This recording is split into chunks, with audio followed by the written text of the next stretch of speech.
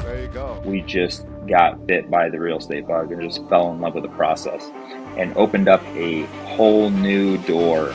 Real estate had never been on our radar before. And it was kind of just the entire process, but the long term goals and the long term vision is there. And the belief and the buy into that is so strong that it makes it all worthwhile. If your why is strong enough, then there's ways out there to make it happen. We're really blessed to have Jesse Dickens join us on the podcast today. He is still in the medical field, but his love and passion for real estate is what's driving him to do what he does today. Family, his love for real estate, his wife and child. You've got to meet Jesse. He's a phenomenal human being. I can't wait for you guys to meet him. Welcome to Life by Design. Well, welcome everybody. We have Jesse Dickens here. He is from Denver, Colorado.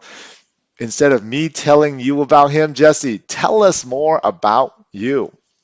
Absolutely, Alex. Thanks for having me, man. It's great to see you. Great to connect. And yeah, so I live in Denver, originally from New York. I've been out here in Colorado for close to 20 years. Moved out here shortly after high school. No plans to stay in long term, and then just fell in love with the mountains, and then tried to figure out what I was going to do with my life. So had a pretty long and arduous process of schooling. Got a 4-year music degree, finished up with that and said, well, that was fun, but what the heck am I going to do with a music degree? And from that point, pivoted and got into medicine. I work as a cardiac sonographer. So I'm an ultrasound technician, primarily focusing on the heart. I've been doing this for about 7 years. And when my wife and I purchased our first single family home, we just got bit by the real estate bug and just fell in love with the process and opened up a whole new door and a whole new avenue of looking into real estate. Read Rich Dad Poor Dad, got into bigger pockets. The same story that you hear from a lot of other investors, and that was the same story for me. And it just opened up a path of education and jumped into real estate and have been investing primarily in multifamily for the Right. past 3 to 4 years. We are pivoting and looking into additional asset classes currently, but still heavy on multifamily. We got connected through mastermind groups and educational platforms, and it's been great to connect with you and individuals like yourself within the community and find partnerships that way, and start to build essentially a new life through real estate. Now, what was it when you guys purchased your home? And what year was it? And what was that one bug that you said you got bit by? What was it about the process that you really liked? Sure, it was back in 2016. Real estate had never been on our radar before, and it was kind of just the entire process, the process of sitting down, setting it up in an MLS search, and just diving into houses and what we liked, what we didn't like, our want list, our need list, looking at school districts, and really looking at how our life was going to change through this purchase.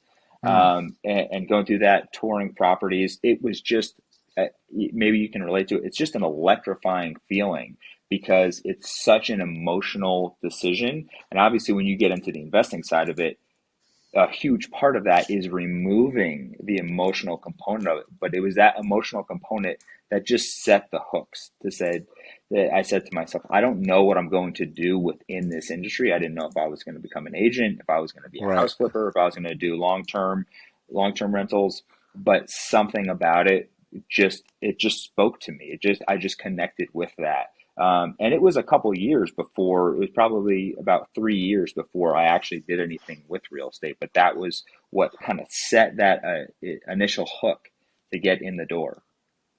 Did you guys have any family members that were in real estate? Or was it just you guys were like the first ones that got in as real estate investors? We're the pioneers.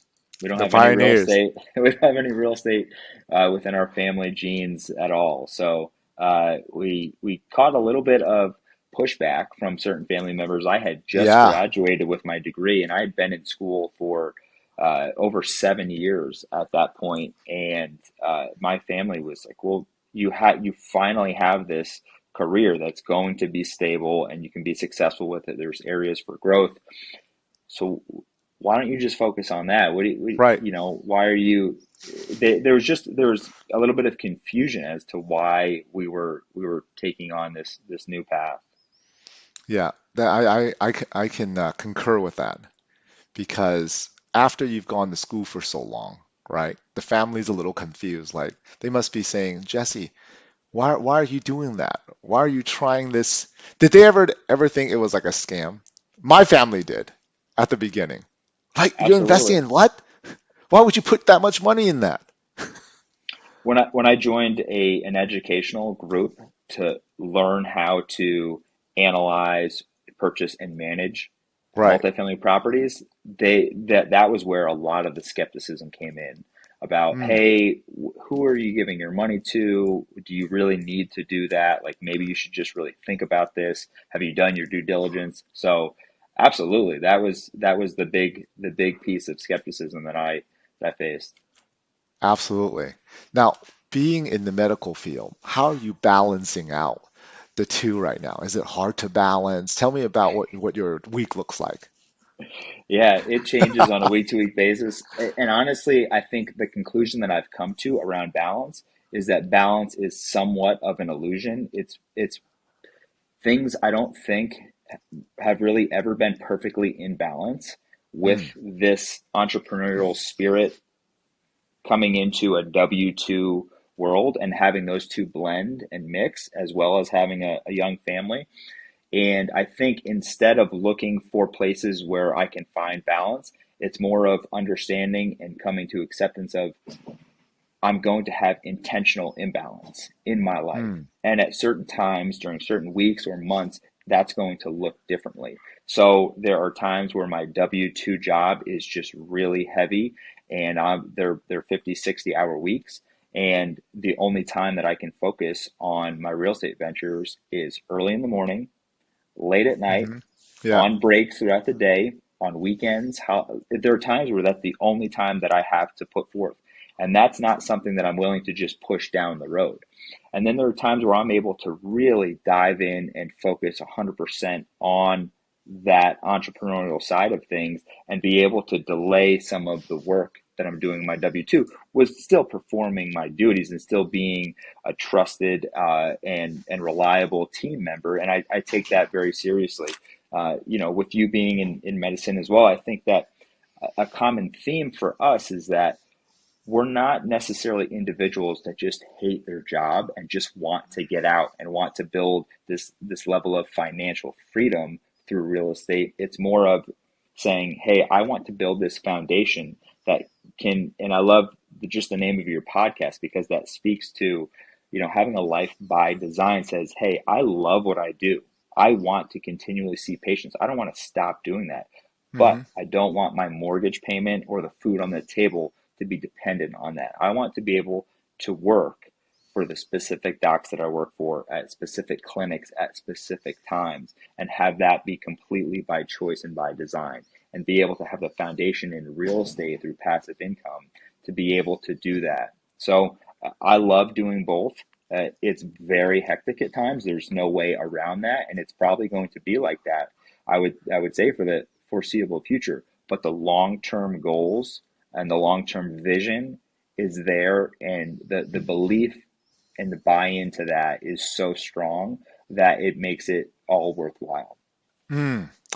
The belief that you just talked about and how strong that has to be has got to be like the staple and the foundation, right? To know that it's going to work. How, at the beginning of when you started looking into real estate and doing it, has it gotten any easier? Has it gotten harder? What were some obstacles that you have overcame that you didn't saw coming from the get-go? So I would love to hear your take on this as well. But my belief is that we are our biggest limiting factor Mm, ourselves. I I think agree. limiting beliefs are the absolute thing that that pull us back and hold us from really achieving our dreams. So, and that was not something that I really saw coming. I thought that it was going to be more of, hey, the people that are super successful are the people that are able to analyze more deals or just have a better underwriting platform or just have a better team. And all those things are extremely important. They're vital to success. But really, the people that have found true and long-standing success are the people that are able to combat those internal battles that are going on, those limiting beliefs, that imposter syndrome of, man, what am I doing here? Because it took me a year from when I first started jumping into multifamily, from when I started to when I closed my first deal, and that was a very, very difficult year to be analyzing properties on a weekly, sometimes daily basis, putting out offers, trying to build relationships with brokers, which was very difficult at the time because if you didn't have a track record, a broker Hmm. really didn't want to waste their time to talk to you.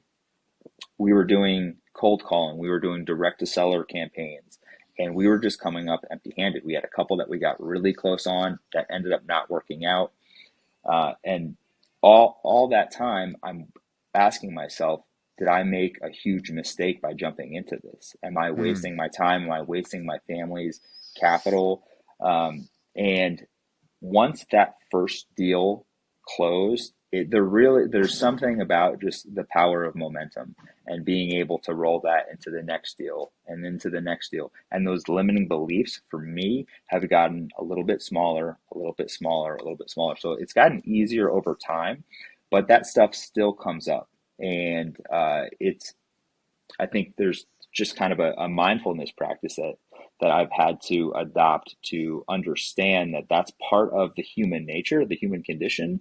But it just remind myself that we're doing really incredible things, and if you take a look back at what we've accomplished over a relatively short period of time, over 3 4 years, it's pretty incredible to see that. But it doesn't always feel like that in the moment. A lot of times you look on social media and you see people closing bigger deals or more deals, or you see all these success stories and you start to compare yourself to that. When really, for me, I've had to look back at my personal journey and compare where I'm at today to where I was a couple of years ago. And that's the Mm. biggest reminder to say, hey, you're on the right path, you're doing the right things, and success has been coming and it will continue to come if you just stay the course. Now, has there been any pivotal moments over the years where it was, if you can describe, like this was the really hard moment, and what did you do to overcome it? Right? Was there like a key moment where you're like, man, I almost quit right there.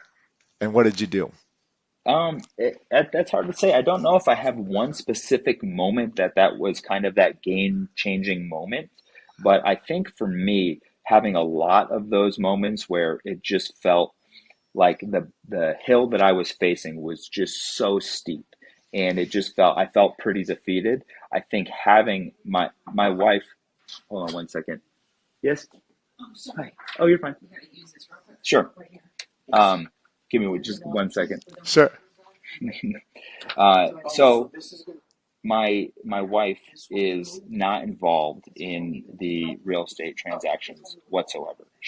That's not something that she is really engaged in, but she is the biggest team supporter that I have. And there's a lot of slack that is left from me doing these other ventures, especially with the family, and that she has to pick up. And she has been my absolute rock through the entire thing, just saying, "Hey, you've got this." Sometimes she can see the she can see the vision better than I can, and she's able to kind of just continually push me through those moments of doubt and yeah, that self doubt. So yeah, I don't. There's not necessarily one specific moment that has been that catapulting to get over that, but it's just continually being reminded that you're on the right path. Right. Now, you mentioned the financial freedom is important. I always like to ask people on a deeper level, what's their like the reason why they're doing this. Everyone has a different why, right? Jesse, what is it that makes you really want to pursue it? Is it the lifestyle? Is it the family? What is it about the freedom? Tell me a It little bit more. Let's dive deeper into that. Sure, it's our son, 100%. So, and this correlates directly with we bought our first single family home in 2016, and then real estate was on the radar. But it wasn't until 2019 that we actually took any specific action around that. So, what happened in 2019? Our son Hmm. was born. And when my son was born, in late 2019, and I had this 7 pound, 7 ounce tangible why, because the theory was always there. I want to build this life of financial freedom to be able to spend more time with my family. Then when he was actually born, and it just made everything so much more real. And within 2 months of that, I bought my first investment property, and I joined the mentorship program where we got connected. Yeah. And it's just incredible what happens when your why becomes real. And that is the absolute driving force for me. I want to be a super dad. I want to be the dad that's at every single baseball practice, that's at every single dance recital, that is just over the top there for everything. And with the career that I have, it's very difficult to do that. If you're on call, if you're working weekends, if you're on a stretch of working 12-hour shifts, and I just kind of saw the fallacies in that. So understanding that if I really wanted to have my family be at the absolute forefront every single day in my life, I had to build something different. Hmm. If you were to look back at yourself, say 5, 6 years ago, right? What would you say to someone who's starting out, who was like where you were? What kind of advice would you have given you when you first got started? I'd probably just follow the Nike slogan and say, just do it. There is never going to be the perfect time. Right, So that there's, we always want to make data driven decisions. That's right. absolutely a part of the game, but there's never going to be a time where everything is perfect. Debt is flowing freely, and there's not a lot of buyers in the market, and prices are down, and investor in sentiment is high, and it's easy to raise capital. None of those things are all going to take place at the same time. Market conditions are always going to fluctuate. Investor sentiment is always going to fluctuate. And if you believe in the vehicle wholeheartedly, which I think you and I both do, understanding that real estate is such a tried and true method. And when we say real estate, it is such a generic term. There's such a Hmm. huge umbrella that casts. And underneath that, there's so many different asset classes within that. And at different times during market cycles, different aspects of that asset class will work either more effectively or less effectively.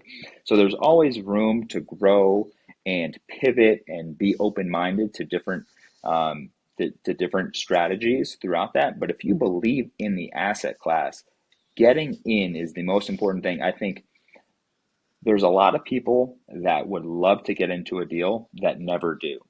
Hmm. And there's a lot of people that love real estate and will do a lot of deals. There's really I haven't met a lot of people that are really into real estate and have only done one deal, because that law of the first deal, there's just something really powerful and true about that. So you're either not going to get started, you're either going to wait for years until you find the perfect market conditions, which sadly will probably never show up, Right. or you're going to get in and you're going to do a deal, and that's going to lead to more relationships and to more deals, and you're going to grow off of that. So I think if I was looking back, because within that 5 6 year window, I was sitting there and I said, hey, I'm going to be a real estate investor. I don't know what that looks like. And I went to a bunch of meetups. I read every book that you could read. I listened to every episode of Bigger Pockets. I was reading blogs. I was getting as educated as I could. And I wasn't taking any actual action. And Hmm. it was killing me. I felt like it just probably wasn't going to happen for me. So I would say just find a way. And I'm not saying just buy anything at market value. I'm not saying buy a bad deal, but uh, if your why is strong enough, then there's ways out there to make it happen. Absolutely. Was there someone in your life that's made like a really impactful where like made a huge impact, one person or a group of people that really pivoted your career a certain way in real estate? Yeah, I think there's a couple that have really made a lasting impact. And by going to a bunch of local meetups, I was able to meet some individuals that really helped me get into that first deal. So I would go to these meetups and I would just put myself out there and say, hey, this is what, I don't have any experience. I don't really have much time. I don't have a lot of the things that you typically need to get started in real estate, but I've got this desire and I'm willing to do what it takes. So there was a gentleman that I met at a meetup and I found an avenue. We connected.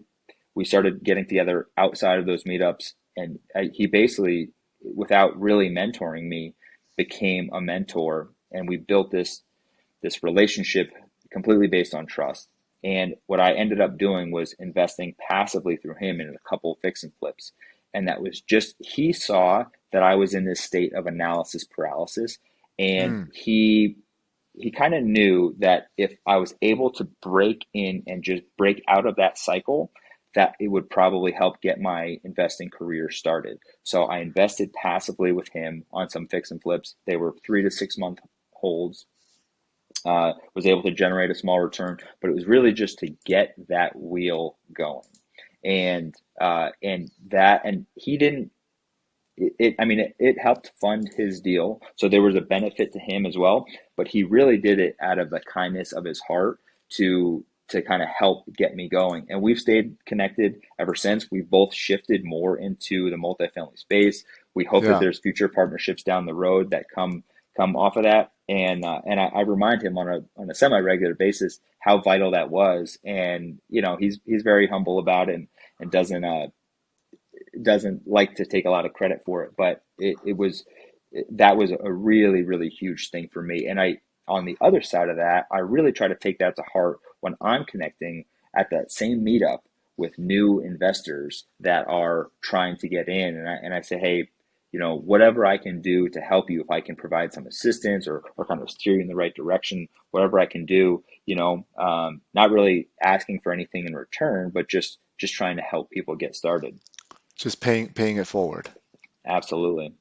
That's awesome. Now, Jesse, as we are closing here towards the end of our podcast, I'd like to ask you a question. What are three things, if you can name three things that people, when they meet you, will have a misconception about you, what would those three things be? Hmm. Interesting question. I like it. I've never heard that before. I'd say first and foremost. So as you can tell, I don't have a lot of hair, but don't judge me just on that. There's more to it. So I'd say that's number one. I think us bald guys get a bad rap sometimes, but we're still real people. Um, Two is that we've gotten to spend some time together and we've had some really good laughs during that. Our time in Louisville was just a blast and lifelong memories that came out of that conference. And I think I can be laughter has always been a big part of my life. I think that's a great medicine, and I can be extremely goofy and seem a little bit over the top with it. And that's for me, um, it's a very healing thing to do that. But I think sometimes people might see that and think that I don't take life serious. But one of the quotes that I like to live by is life is too serious to take too serious, and that's part of why I am the way that I am and try to joke around about stuff and just be goofy. And you kind of stumped me on this. So the third one, I'll have to get back to you on that. I'll send you something. You can put it in the show notes, maybe. Yeah, yeah, I will. Thank you. How would people who like to get in touch with you and learn more about what you do? And I'm sure there's a lot of medical professionals that like to get in touch with you, knowing how you got started. How can people, what's the best way to reach you? Sure. Our website is wealthcarecap.com. You can learn more information about what we're doing and get some educational content off of that. My email is jesse@wealthcarecap.com. And then I'll also give my cell number because that's the most direct way to get a hold of me. And that's 720-229-9899. And I would love to connect with anyone, regardless of what stage they're at in their investing career. I love chopping it up and talking medicine, talking real estate. Well, Jesse, thank you so much. You're definitely very inspiring, and we've definitely had a great time. Thank you for being on the show. Thanks, Alex. Appreciate it, man. Absolutely. We'll see you later. I hope you really enjoy this podcast. If you want to see more what we have done with Jesse, click here and here. We'll see you guys soon.